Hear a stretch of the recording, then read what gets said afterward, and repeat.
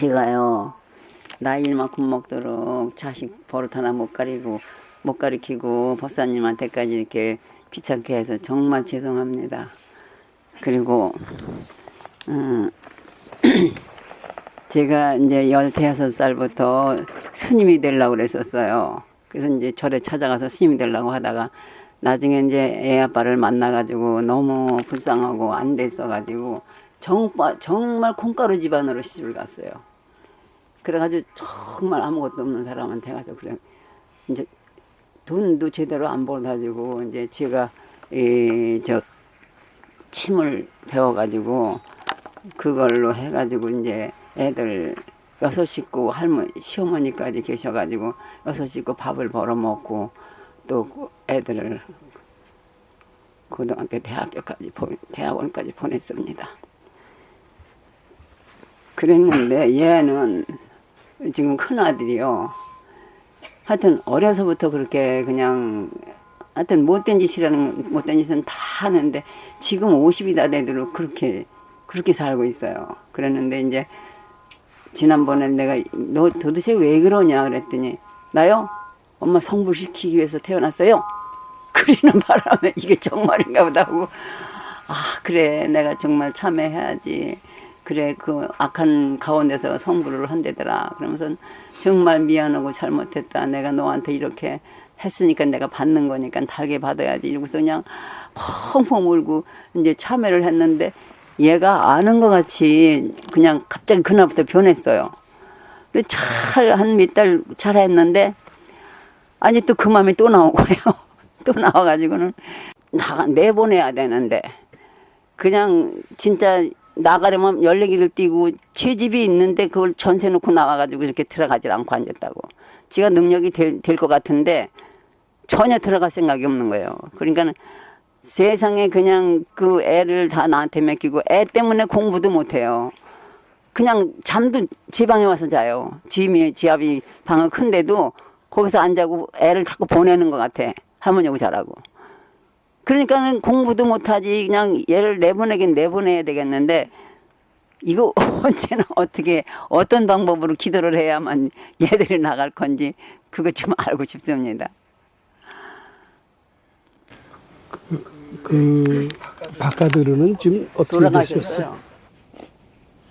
오래되셨어요? 돌아가시. 잔뜩 쳐놓고 돌아가시고 나서 그냥 진짜 애 셋을 다 혼자 장가드리고 다 했어요. 그리고 집도 다 장만해주고. 바카드르는 돌아가신 지 얼마나 되셨습니까? 10몇 년 됐어요. 그러니까 애들이 쪼르는 게 하고 돌아갔어요. 근데 왜 콩가루 같은 집안으로 시집을 가셨어요? 어머니가 개가를 해가셨어요. 누구 어머니가? 시어머니가. 개가를 해서 가셨는데 이제 거기서 어머니를 모시고 살았어요. 어머니가 이제 치매가 걸려가지고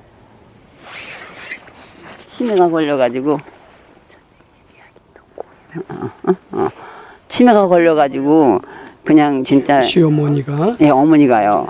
예. 그런데 가만 있어봐. 신혼에 가서 이제 그냥 안 내려오고 있으니까는 그냥 걸어다니지 못하다 보니까는 치매가 걸려서 오셨는데 그래서 이제 제가 그랬죠. 그 집으로 개가를 해갔잖아요. 딸네 아버지한테.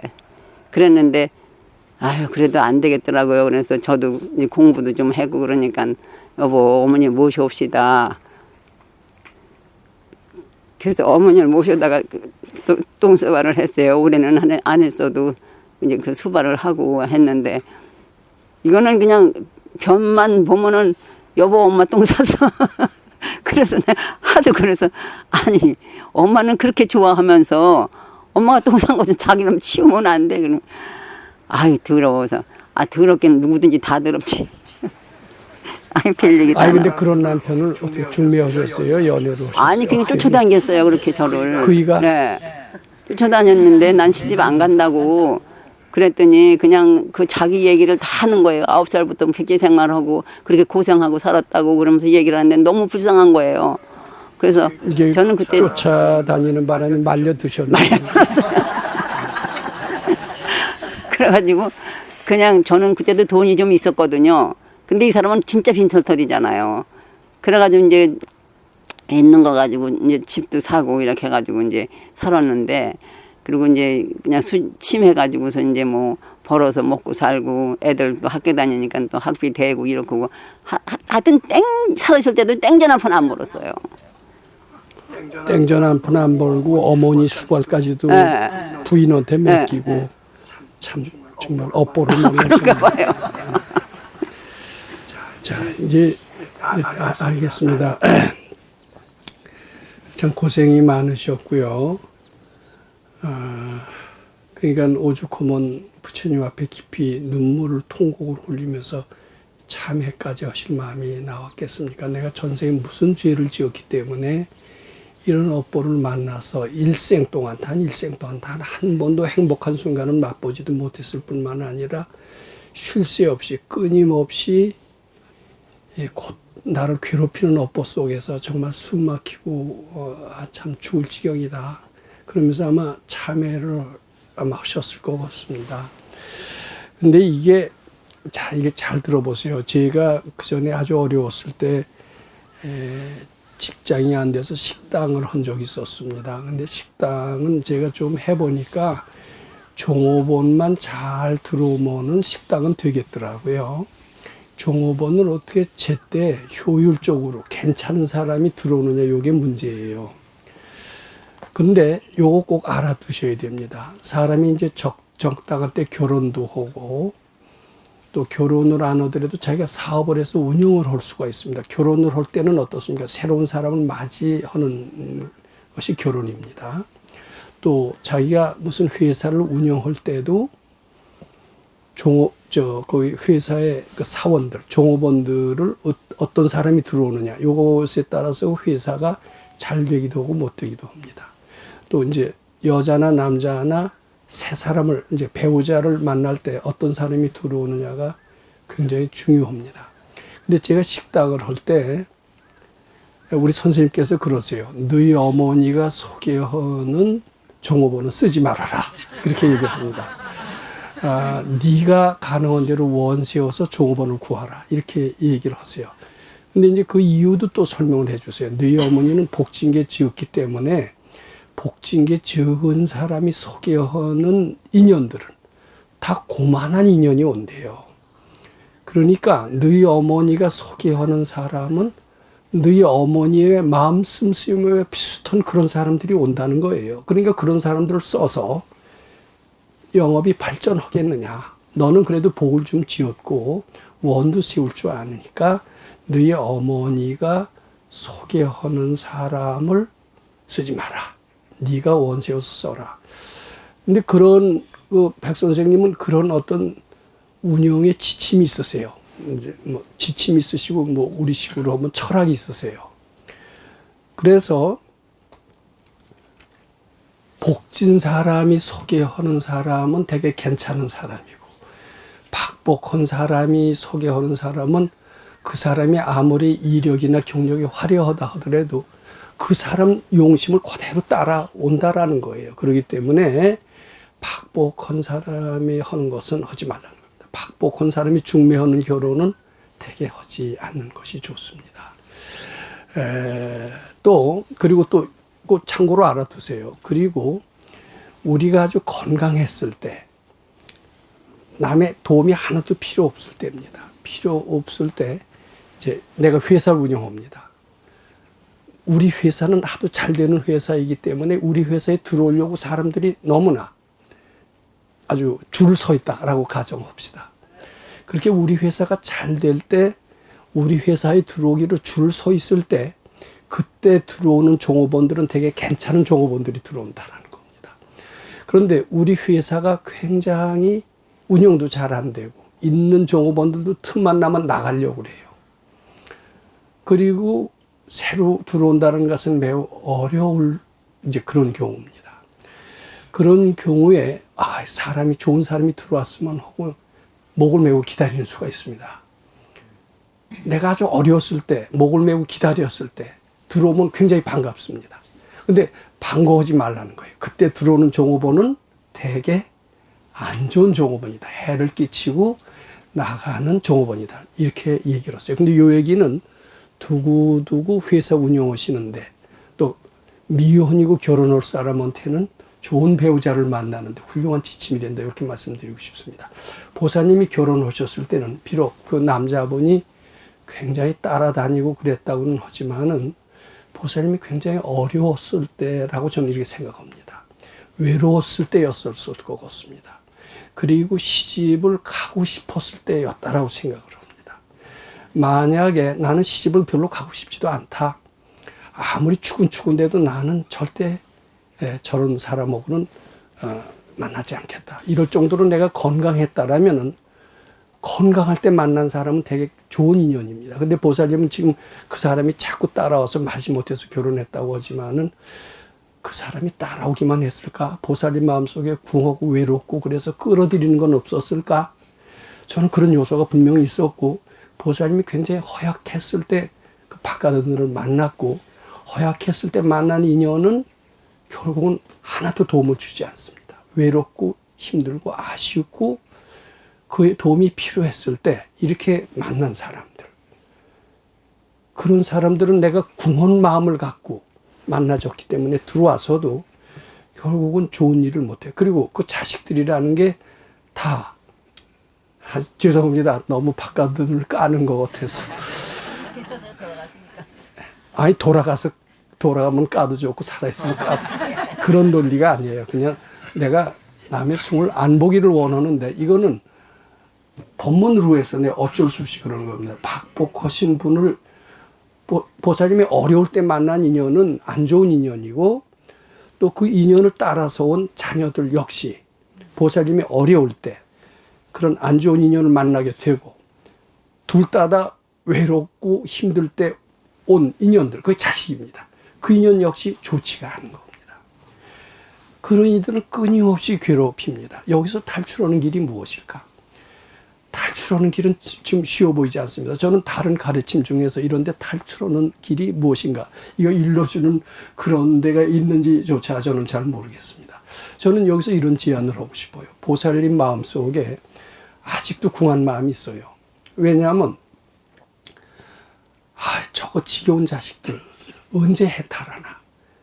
이게 약한 마음입니다. 아직. 쟤들은 때가 되면 저절로 나가겠지. 난 아무 걱정도 하지 않는다. 이렇게 여유 있는 마음을 아직 가지시질 못하고 있어요. 근데 지금 제가 보살님께 주문하는 것은 그걸 내 자식이라고 생각하면 안 됩니다. 업봅니다. 괴롭히러 온 사람이에요. 좋게 말하면 공부시키러 왔지만은 뭐 공부고 뭐고 지금 괴롭히지만 말았으면 좋지. 뭐 좋게 말해서 공부지 무슨 공부입니까?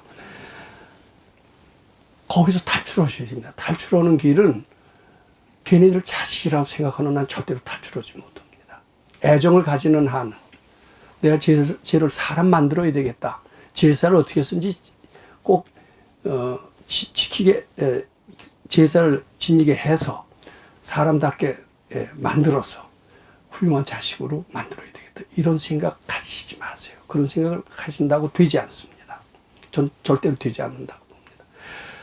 내 자식이라는 생각이 올라오면 얼른 부처님께 바치세요. 내 생각이라는 생각을 나는 누구의 부인도 아니고 죄송하지만 그 박복한 사람이 부인이 되면은 계속 나는 박복하다라는 것을 선언하고 있는 거고 그런 업보에서 벗어날 수가 없습니다. 누구의 어머니라는 생각도 하지 마세요. 그 박복한 사람의 어머니는 계속 박복의 연습이고 고행의 계속이다라고 봅니다. 어떻게 해야 되느냐? 나는 부처님 시봉하는 사람이다. 그러면서 마음속에서 남편이나 자식을 열심히 지우셨으면 좋겠습니다. 오로지 보살님 마음속에는 부처님만 계셔야 돼요. 그러면 자식 속, 내 자식이거니 하니까 속 썩습니다. 내 남편이거니 하니까 속이 썩어요. 근데 내 자식이거니 하지도 않고 내 남편이거니 하지도 않고 나는 오로지 부처님 시봉하는 사람이다라고 그렇게 마음만 먹어진다면, 그렇게 안 먹어지는 게 문제입니다. 먹어진다라면은 속색여도 조카가 속색인다 그러면 덜 괴롭습니다. 조카나 또는 누구 친구의 아들이거나 이렇게 생각을 하실 수 있어야 돼요. 그럼 걔들이 속색여도 하나도 그리고 뭐 물건을 갖다 버려도 본래 지가 가져갈 거 가져가는 거니까 이렇게 생각을 하세요. 그 대신 그 속썩이는 자식이 비기 싫어서 그 집을 탈출하시려는 생각을 하시지 마세요. 탈출하면 그 집까지 완전히 먹으실 겁니다. 예. 집에 있으면서 내쫓이는 용심을 가져야 돼요. 손님은 손님대로 보내야지 왜 그 집에서 탈출합니까? 탈출해서 절에 와 있으면 완전히 먹으시어요. 그러니까 그때는 절에 와 있는 게 좋지가 않습니다.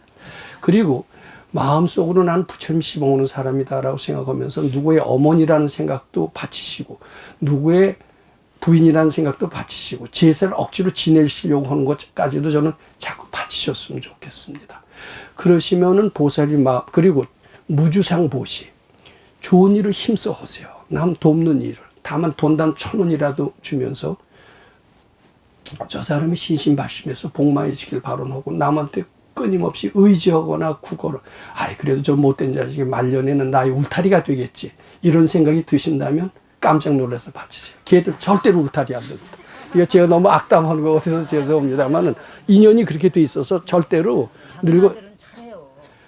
글쎄 걔를 질문하는 게 아니잖아요. 지금 문제가 되는 애를 질문하는 거죠. 근데 그렇게 해서 보살님 마음이 자꾸 씩씩해지잖아요. 씩씩해지면 저절로 나갑니다. 근데 걔들의 엄마다. 걔들을 의지하겠다. 그리고 걔들은 미련이 있다. 이렇게 하는 한은 내 자식이거니 하는 한은 절대로 나가지 않을 겁니다. 계속 속삭이고 있을 겁니다. 지금 묘한 방법은 나는 부처님 씹어오는 사람이다라고 하면서 외롭지 않고 씩씩한 마음을 자꾸 키워야 돼요. 외로울 때 그런 귀신들이 팍복한 귀신들이 자꾸 몰려드는 겁니다. 근데 씩씩해지면 팍복한 귀신들은 자꾸 사라지게 됩니다.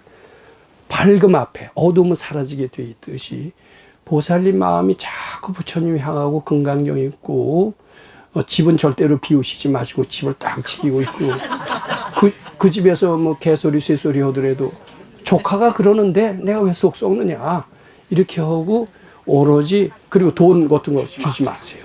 주면 안 돼요. 끝도 없이 바래요. 그 돈도 없고요. 다 가져갔어요. 제 동생이 저기 사장이에요. 근데 거기서 일을 하거든요, 걔가. 그래서 중요한 거는 동생하고 인연을 하시고요. 또 동생의 어머니라는 생각까지도 띄셔야 됩니다. 하여튼 내가 외로우면은 잘했던 아들까지도 등을 돌리게 돼 있어요. 근데 내가 씩씩하면은 못된 아들까지도 도와주게끔 돼 있는 것이 이게 인생입니다. 근데 우린 그 원리를 몰라요. 아들이면 다 뭐 도와주는 줄 아세요? 천만에 안 그래요. 전생에 지은 원인이 있는데요. 어려울 때 만난 인연들이요. 다 안 좋아요. 근데 그 걔하고 작은 애하고 큰 애하고 지금 같이 장사를 하는데 식당을 하는데 거기서도 맨날 속을 쓰게 해요, 이렇게. 그러니까 근데 그것도 속 썩는 것도 괴로운 건 내 자식이거니 하니까 그렇잖아요. 그러니까 우선 보살님 마음속에 내 자식이거니 하는 생각을 힘써 자꾸 부처님께 바치시기 바랍니다. 안 되면 이제 일러드렸잖아요. 미륵존열애벌. 저 어떻게 이렇게 형제들끼리 싸울까? 쟤들이 그 싸움을 해탈해서 부처님 전에 복 많이 지킬 바로. 그렇게 싸우는 그것이 자꾸 떠오르고 마음이 괴로울 때는 그 마음에다 대고 정성껏 미륵존열애벌을 자꾸 하시기 바랍니다. 그러면은 그게 싸우더라도 내 맘에 와서 못 박히게 괴롭지가 않아요. 대수롭지 않게 들릴 때 걔들은 싸우지 않게 됩니다. 근데 그게 괴롭게 들리죠, 아직은. 괴롭게 들리는 한은 괴롭히기 위해서 계속 싸우게 돼. 업보가 그래요. 그렇게 맺어 왔나 봐요. 근데 그게 전생의 일이기 때문에 우리는 금생에 그걸 모르는 겁니다. 근데 이게 인생이 꼭 그래요. 자식이거니 하시지 말아라. 금생에 어떻게 자식처럼 느껴지고 남편처럼 느껴지고 부인처럼 느껴질 뿐이지 잠시 인연에 의해서 묻혀 있었던 것이지 진정한 자식이나 진정한 남편이나 이것은 아니라는 것을 꼭 알아주시기 바랍니다.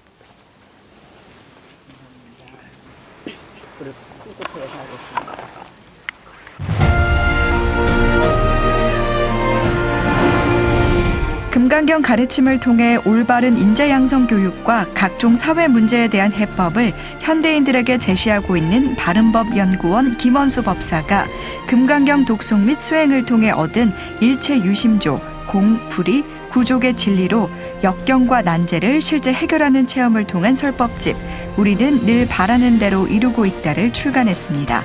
구입은 전국 서점에서 가능하며 문의는 청우당 02337-1636번입니다.